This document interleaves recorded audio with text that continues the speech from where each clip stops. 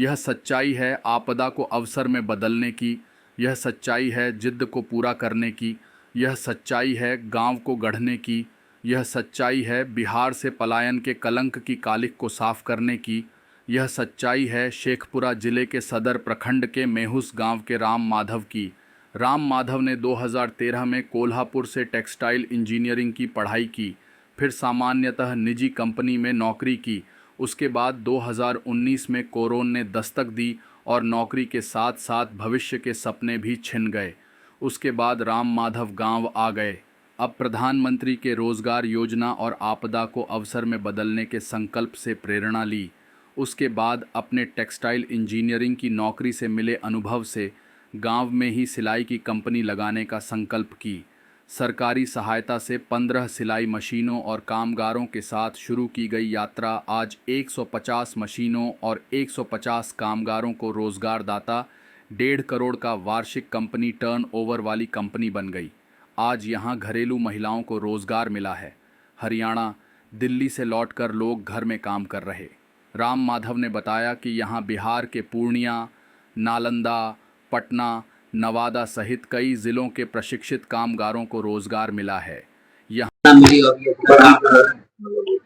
सर्वप्रथम तो मैं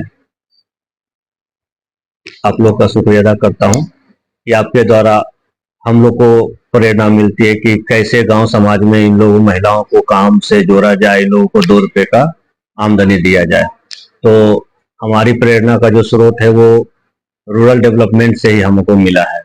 हम वहाँ पे भी देखते थे, 2 ट्रेनिंग में गए थे, देखते थे कि हम लोग महिलाओं को ट्रेनिंग देते थे और महिला लोग बाहर जाके काम करती थी। तो मैंने उस चीज को अपने घर पे शुरुआत किया और यहाँ की महिलाओं को रोजगार से जोड़ करके यहीं पे काम देने का काम शुरू किया। क्या निर्माण करवा रहे हैं? अभी हम लोग का जो यहाँ पे निर्माण चल रहा है वो लेडीज गारमेंट में कुर्ती, पैजामा, जेंट्स के लिए शर्ट हम यहाँ पे निर्माण कर रहे हैं। हाँ, आवासीय रहकर वे पहले कामगारों को प्रशिक्षण देते हैं, फिर काम पर लगाते हैं। हालांकि गांव में कुछ मुश्किलें भी हैं। यहाँ जल्दी लोग काम छोड़ देते हैं।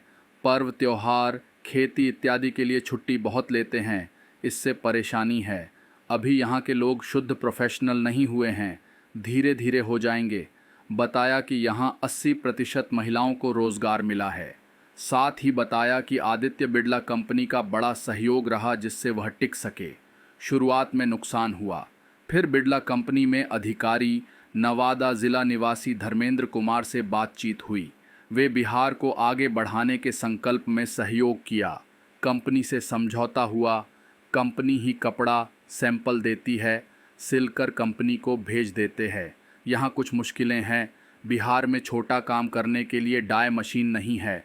डाई, कपड़ा, पट्टी इत्यादि रंगने का कम कोलकाता से कराना पड़ता है। बिजली की परेशानी के बारे में कहा कि कंपनी में सर्वाधिक खर्च जनरेटर का है। बिजली प्रचुर नहीं है। वहीं बिजली विभाग के सहयोग पर वे चुप हो जाते हैं। बाद में पता चला कि बिजली विभाग कंपनी को एक ट्रांसफार्मर लगाकर नहीं दे रही। नियम कानून पढ़ाया जा रहा, गांव की बिजली से काम चल रहा। तो मिला हुआ है सर वो पर मंथ का 30,000 पीस बनाने का है, लेकिन अभी हम लोग 15 से 20,000 पीस बना रहे हैं महीने का।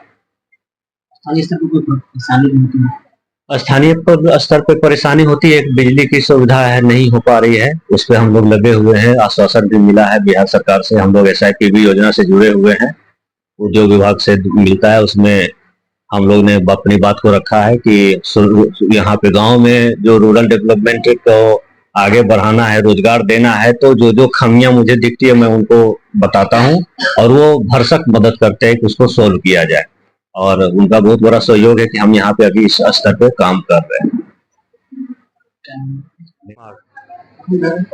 जी मेहुस घर हुआ काम अभी तो सासा कलेक्शन में कर रहे हैं। सीखे हैं सर दिल्ली, नोएडा में। पहले दिल्ली में काम करते थे। हाँ, क्या अंतर दिखाया? यहाँ घर पर है, घर का भी काम देखते हैं और यहाँ भी काम। कोमल कुमारी, कहाँ काम करते हैं? सासा कलेक्शन प्राइवेट लिमिटेड में हूँ। तो ये गांव में ही आपको काम मिला है? हाँ। तो इससे क्या आपको फायदा हुआ? फायदा है, मैं घर में पढ़ाई के अलावा यहाँ आके काम भी कर लेती हूँ। पढ़ाई और इससे थोड़ा बहुत मैं अपने पापा का हेल्प भी कर लेती हूँ, अपना पढ़ाई में मदद भी कर लेती हूँ। इससे जो पैसा आता है उससे